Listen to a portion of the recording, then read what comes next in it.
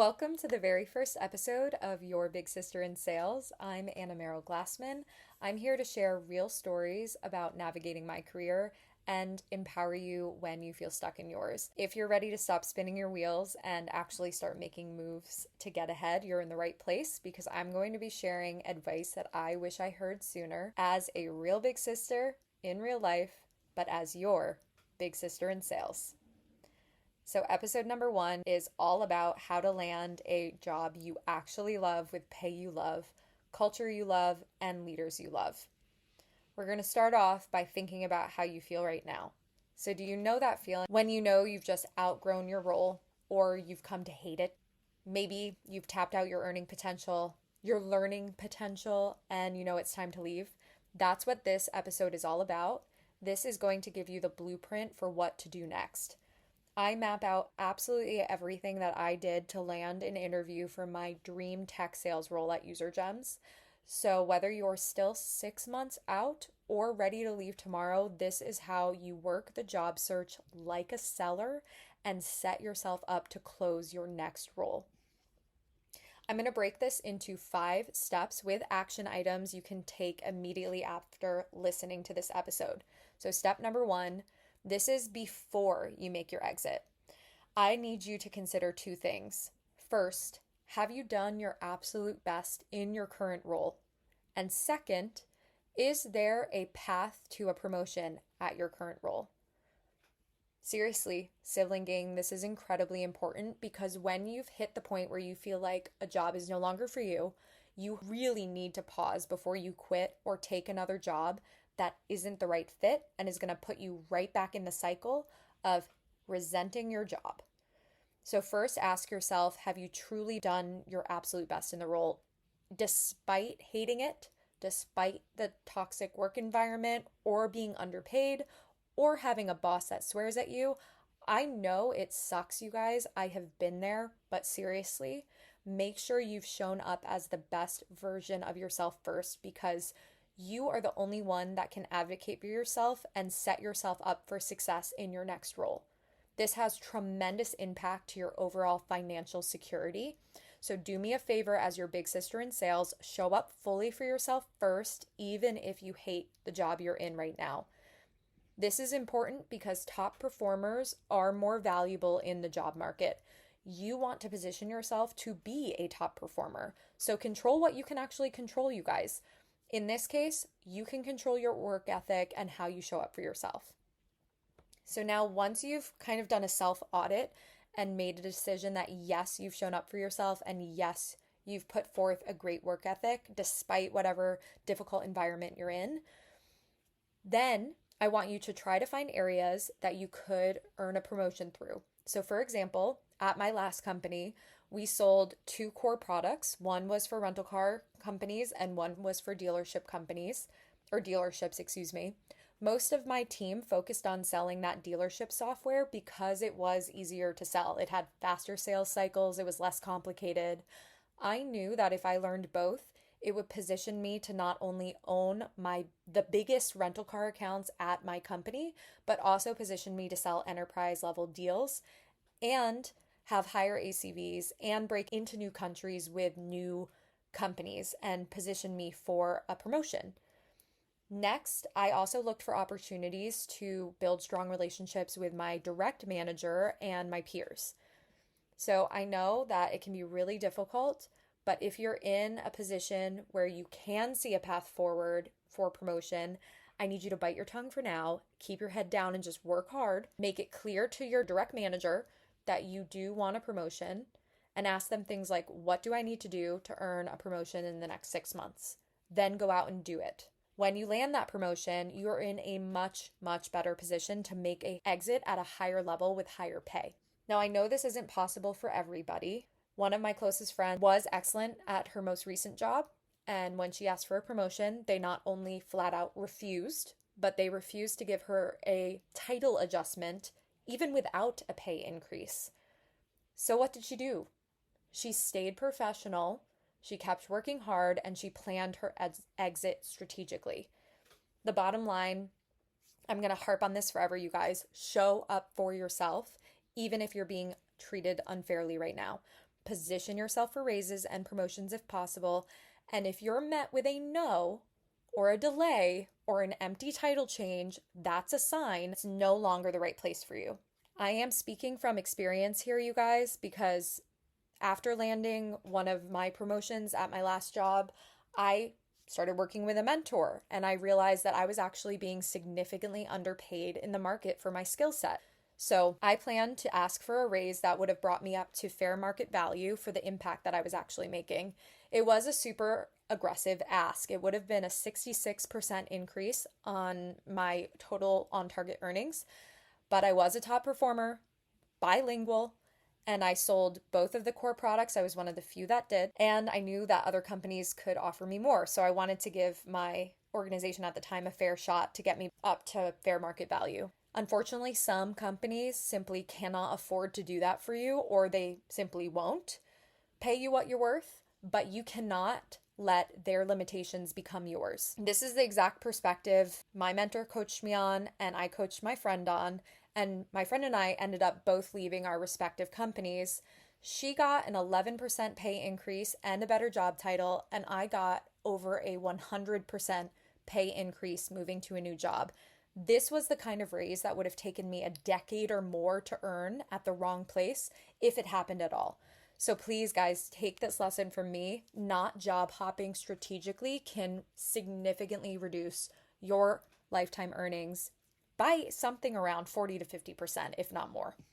So like I've been saying this whole time, audit your effort, track your growth, and then make decisions on when to make an exit based on if you've shown up for yourself first and if you know that there's no path forward at your current company.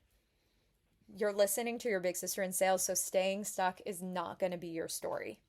We're going to move to step 2, planning your exit strategy about 3 to 12 months out.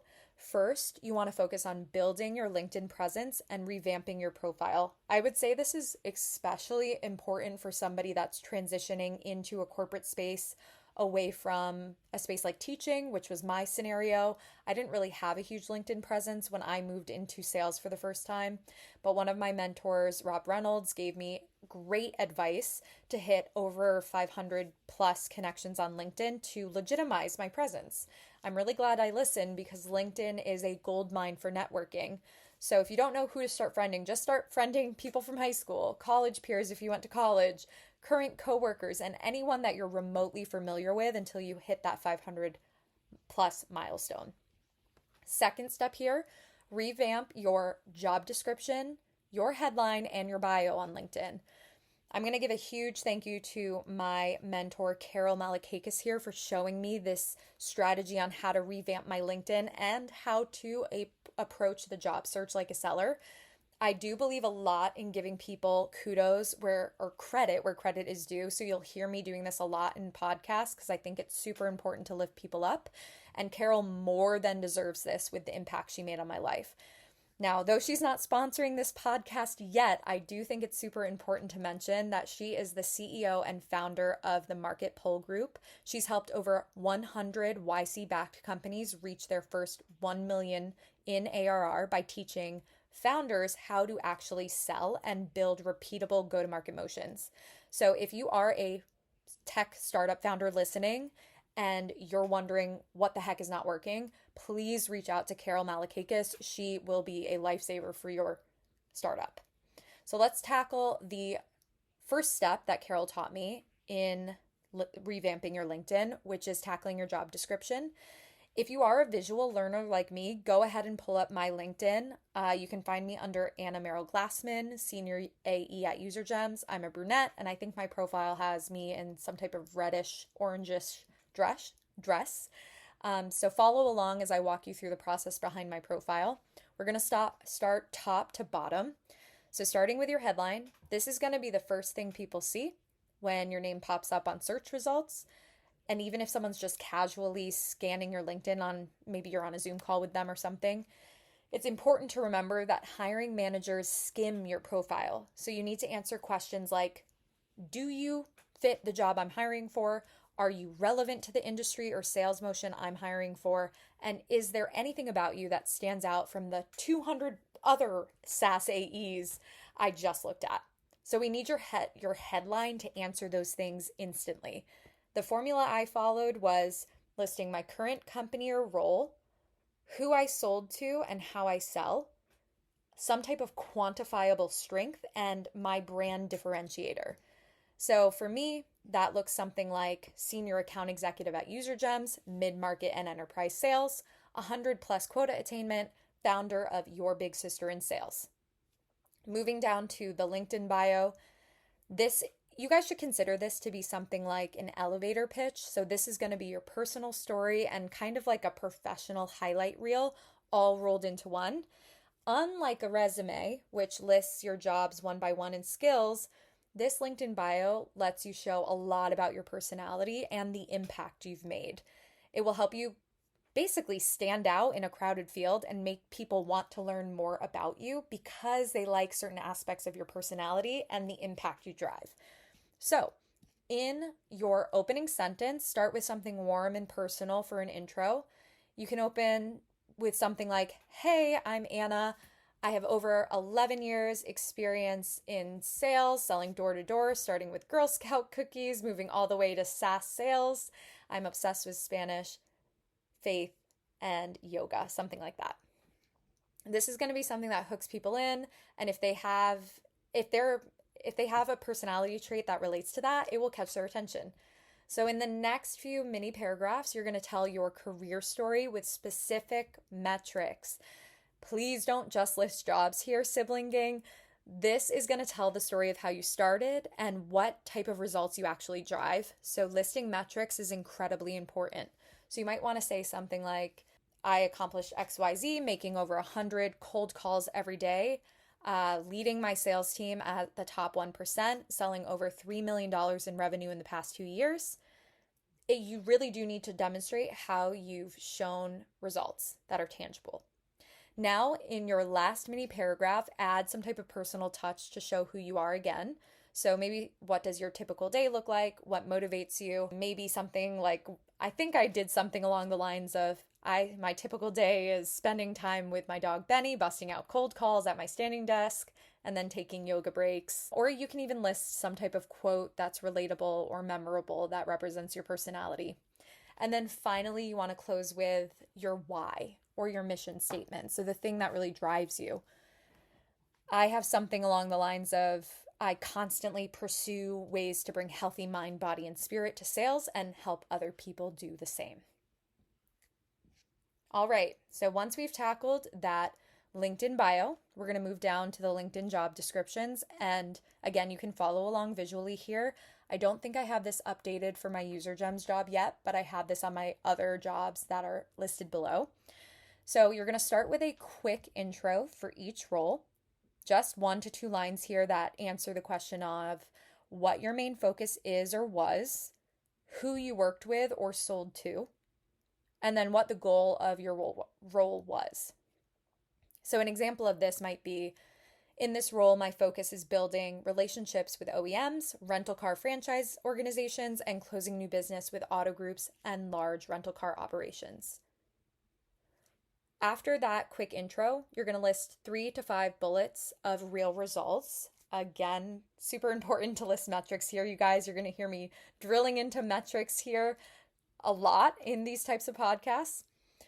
But you want to think about something like, sold 2.5 million in annual sales subscriptions in under 12 months, or maybe closed deals in 5 new markets, including Mexico, Morocco, Egypt, or something like managed large accounts, list the company name ABC here, worth over 800K annually.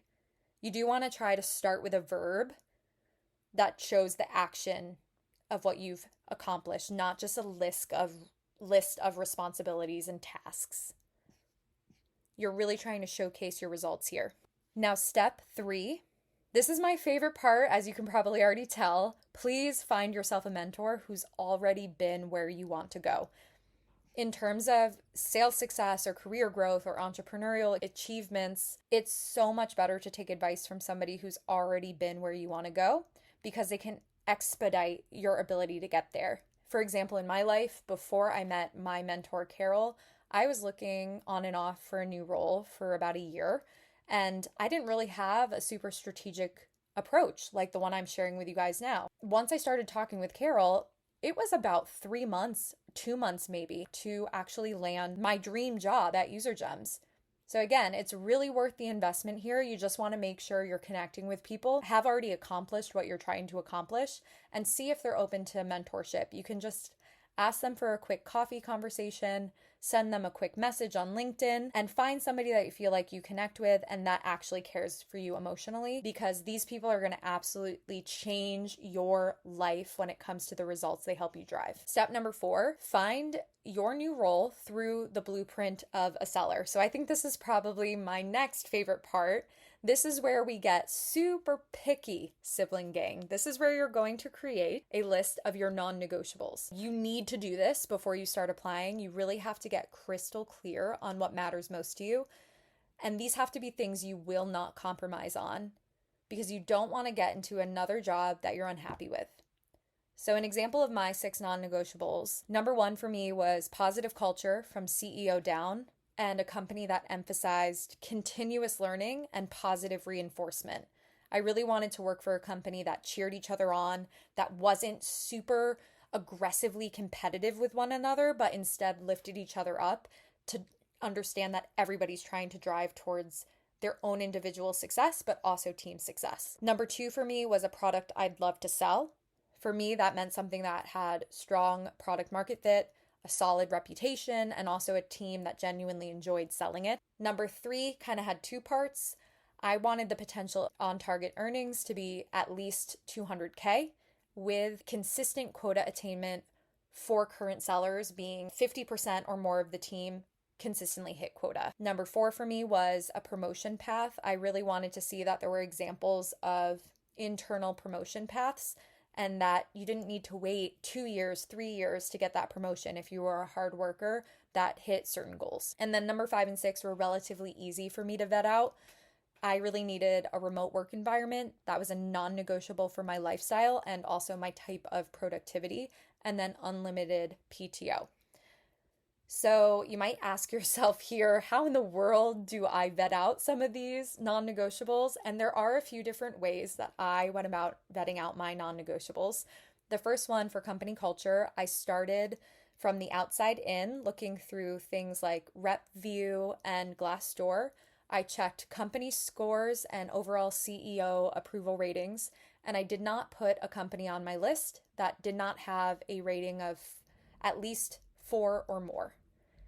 But I will say the most helpful real feedback came from the conversations that I had with people that were currently employed at the company. We'll talk a little bit more later about how to actually get those phone calls, but I think a good starting point is trying to get a look from the outside in and then verifying the results you're seeing from RepView and Glassdoor in conversations with current employees. The next non-negotiable for me, this sellable product, this was pretty much a no-brainer for me when it came to UserGems, because when I came across UserGems, I thought to myself, holy cow, I need this in my current selling job. I knew that I could definitely sell it because I understood the pains that it solves for.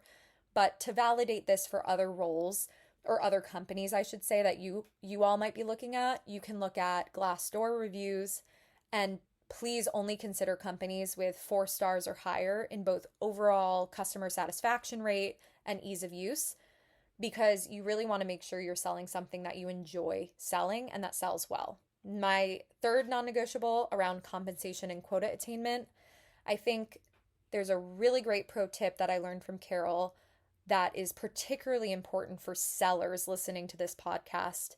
Please only add companies to your lists if they have at least 50% of their team or more hitting quota. And you can find this on RepView. It's usually pretty accurate, but again, please confirm it with the people you talk to at the organizations. And I really think it's important to emphasize, if this number is under 50%, take a step back and pause for a second. Ask yourself, is there true product market fit here? What might be going on in terms of like sales enablement, morale, team support? Why isn't the team successfully hitting quota? I think this is incredibly important for sellers because the commission is 40 to 60% of your total take-home pay. So you need to make sure that you have a high chance of earning it, because companies can promise you a certain on-target earning, but it might not end up being that way if your commission isn't normally accessible. Now, step number 3, promotion path. You want to, or my non-negotiable number 4, I should say, promotion path. Scan your LinkedIn profiles of current employees and check to see if people are getting promoted from like AE to senior AE, and also check the timestamps to see how long it's taken them to. And then remote work and PTO, unlimited PTO, is pretty easy. It should be listed directly on the job description. If it's not, just ask people at the company or the hiring managers. And little red flag to pay attention to, if anybody seems uncomfortable sharing some of this information around salary, remote work, PTO, I would take that as a warning not to move forward with that company, because your employer should care about overall employee morale, because it leads to retention. Happy employees stay. So you want to make sure that they're transparent from the beginning in the interview process. All right, step number 5. Once you have those non-negotiables clearly lined up, create a target list of dream companies that match those non-negotiables. You can start by building a list of about 10 to 20 companies that align with what you're looking for. And you want to include companies that are hiring and that aren't currently hiring for roles that are relevant to you, because you never know when they're going to start hiring. And you can always send a quick email saying, hey, this is what I do. This is why I'm excited to potentially work for your company. I know you're not hiring yet, but I'd love to know when you are. One of my friends has received multiple interviews from companies that weren't currently hiring when she sent that email, and has been able to go through interview processes that will potentially land her next job because she took that initiative proactively. Step number 6, you want to identify the decision makers and potential influencers at the company on your target lists. Now, for any of my sibling gang listening to this podcast that are not sellers, decision makers here are the people who are in charge of deciding whether or not to hire you, and the influencer is going to be somebody who can help influence that decision maker's decision on whether or not you're the person they bring in or somebody else is. So start by identifying the people who are responsible for maybe being your direct manager in the role or your director, and then also identify the people who would be on your team, like fellow AEs or SDRs. And then additional influencers to find would be other people at the director level that are in different departments who could potentially act as influencers to the decision-making process when you're going through the interview. So your first step after identifying these people, connect with them on LinkedIn, keep track of absolutely everyone you send a request to, and pay attention for when they accept. When the hiring managers or future bosses accept, you want to send them a short 1 to 2 minute video introducing yourself. In this video, pull 2 to 3 key bullets straight from the job description and then back them with your actual results. So if the job description says proven track record of exceeding quota at the mid-market level and self-motivated with an entrepreneurial spirit, you can say something like, hey, my name is Anna Merrill Glassman. I've closed over $3 million in enterprise SaaS, and I've opened new markets in Morocco and Egypt. I'm confident that I can exceed quota and grow your reach because that's what I already do today. And then at the end, add some type of explanation as to why you really, really want to work for this particular company. Make it super personal. This video is going to show your impact before they even ask, and it's going to help land you interviews. This is how I got in at UserGems for my first interview. For the people you would consider influencers, this is going to be, like I said, your potential peers and leaders from other departments. When they accept, just ask them for a quick coffee chat. You can say something like, hey, Sarah, thanks so much for connecting. I'm interested in working for UserGems and would love to learn a little bit more about your experience. I'm happy to treat you to a virtual coffee in exchange for your time. What does your availability look like in the next 2 weeks? Keep in mind, they may or may not say yes, and that's okay. Please don't take it personally here. People are super busy with their own lives and work responsibilities. But if they do say yes, please prep for the call ahead of time and ask questions that are going to help you both get an interview and excel at the interviews when you land the first one. So the questions that I like to ask were things like, what are 3 things that someone needs to do to be successful here? What are 3 areas that you feel somebody could bring into the company to make a huge impact on day 1 or in the first 6 months?